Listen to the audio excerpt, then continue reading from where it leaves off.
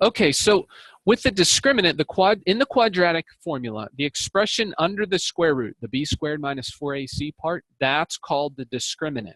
The discriminant can be used to determine the number of real solutions of a quadratic equation, because the square root will tell you, what's under the square root will tell you several different things. Here's the thing.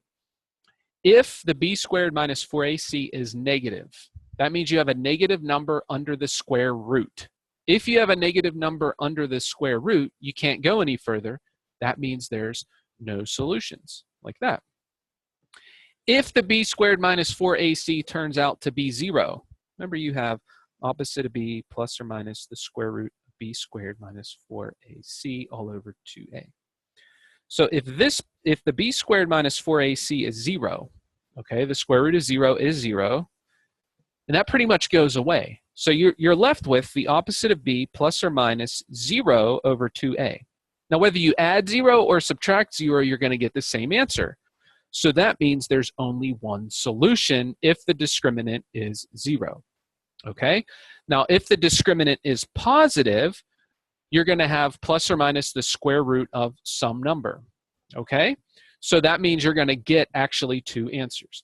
So just by figuring out the b squared minus 4ac part of the quadratic formula, you can already tell without going any further or getting any answers if there's 0, 1, or 2 answers. Okay? So let's check it out. State the value of the discriminant for 4x squared plus 5x equals -3, then determine the number of real solutions. Notice you don't even have to solve the equation here. It just says figure out the determinant and then state the number of solutions. Before you get started though, make sure your quadratic equation is in standard form before you identify the a, b, and c. So the a is 4, b is -5, c is 3. So b squared minus 4ac is going to be -5 squared minus 4 times 4 times 3, which gives you -23. What happens when you have -23 for the discriminant? Well, remember, that is the number that you have under the square root. Okay? Since you have a negative number under the square root, you can't take the square root of negative numbers, so you can't get an answer, which means there is no real solutions. Okay? All right, here's a couple for us to try together. So number 11, the a is 1, the b is -9, and the c is 21. So b squared minus 4ac. So that's going to be -9 squared minus 4 times 1 times 21. So that's going to be 81 minus 4 times 21 is 84, which is -3. So be no real solutions. Okay? Number 12 is already set equal to 0. So the a is 2, the b is -11, and the c is 10.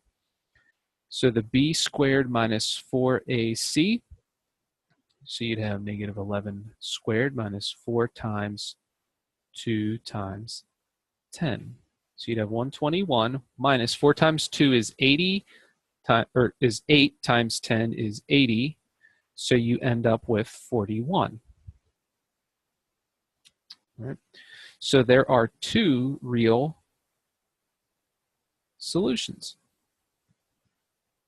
It all depends if the discriminant is greater than 0, equal to 0, or less than 0. When it's greater than 0, you have two solutions. When it's equal to 0, you have one solution. When it's less than 0, you have no solution. So it even kind of goes in order like that. Number 13, first have to set it equal to 0 by adding the 16 to both sides. So b squared minus 4ac should be 24 squared minus 4 times 9 times 16. Watch this. If you use the parentheses, you can put it all in the calculator. So 24 squared minus 4 times 9 times 16. You get 0.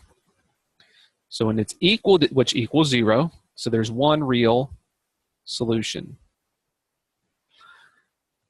Now, let me show you one thing on the calculator. If you had, say, opposite of b, like for number 3, you have to first set it equal to 0. You have the opposite of, excuse me, not the opposite. You have b squared minus 4ac. You would have negative 1 squared minus 4 times 3 times 8. If you forget the parentheses, look what happens when you square negative 1 like that. You get a negative number. And that happens anytime. Like if I had negative 36 and I just hit squared on that, you get a negative answer because the calculator will square the number first and then take the opposite. But if you put it in parentheses,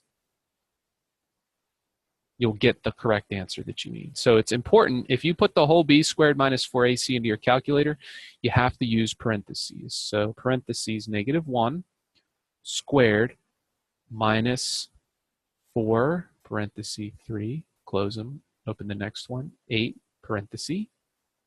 Oops, that should be negative 8. Guess it didn't show up there. And you get 97. That's greater than 0, so it's 2 real solutions. Okie dokie. All right, last one here for you to try. Go ahead and pause the video. All right, we're back. So what you get for 4a, you should have got the b squared equals 4, or b squared minus 4ac should equal 1. So that means there's 2 real solutions. And for 4b, you should have got that the b squared minus 4ac equals 0. So that means there's 1 real solution. Okay, remember, when your discriminant is positive, you get 2 real solutions. It means 2 real solutions. When your discriminant is 0, that means there's 1 real solution. And when your discriminant is negative or less than 0, you have no real solutions. Okie dokie. All right, guys, well, that's it for this section. I know this was a little bit longer, but like I said, we have a lot of information to cover in this one. And the quadratic formula is extremely powerful when solving quadratic equations. So good luck. Move on to your assignment and let me know if you have any questions. Talk to you later. Take care.